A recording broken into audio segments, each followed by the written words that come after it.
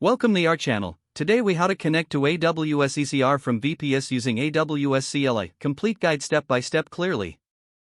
Open your terminal on your VPS. Ensure you have the latest version of the AWS command line interface installed. If you haven't installed AWS CLI yet, run this command, sudo apt-get install OSCLI. Once installed, configure your AWS CLI with the following command, AWS configure.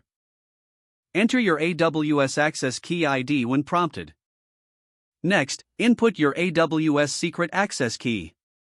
Specify the default region name where your Elastic Container Registry is located. Select the output format, usually JSON is recommended.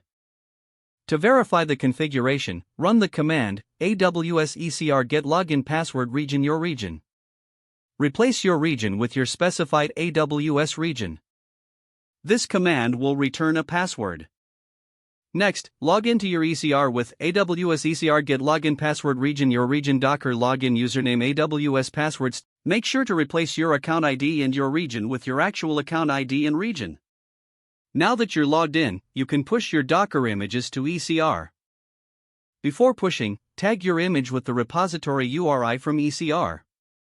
Use the command docker tag your image your tag your account id.dkr.ecr.your region.amazonaws.com/your repository. Push the tagged image using docker push your account id.dkr.ecr.your region.amazonaws.com/your repository your tag single quote.